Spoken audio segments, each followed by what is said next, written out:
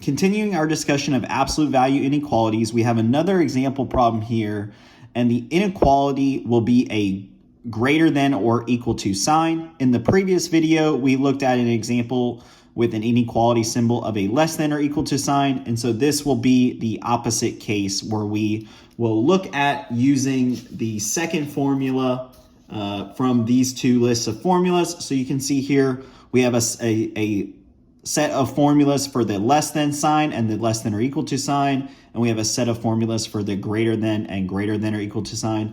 And so in the previous video, we looked at less than equations, and in this video, we'll look at using the greater than equations. So we're going to go ahead and get into this example problem. So the first step is to note the inequality that we have, which is a greater than or equal to sign, and then select the formula that I just showed. So you can see here, this will be the formula that we'll use.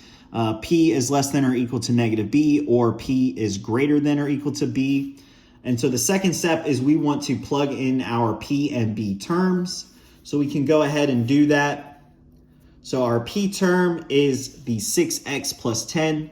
The B term is this 3. And so we will have two separate linear inequalities where we'll have 6x plus 10, which is less than or equal to negative 3, which is from this term. And then we'll have 6x plus 10, which is greater than or equal to 3, which is from this term.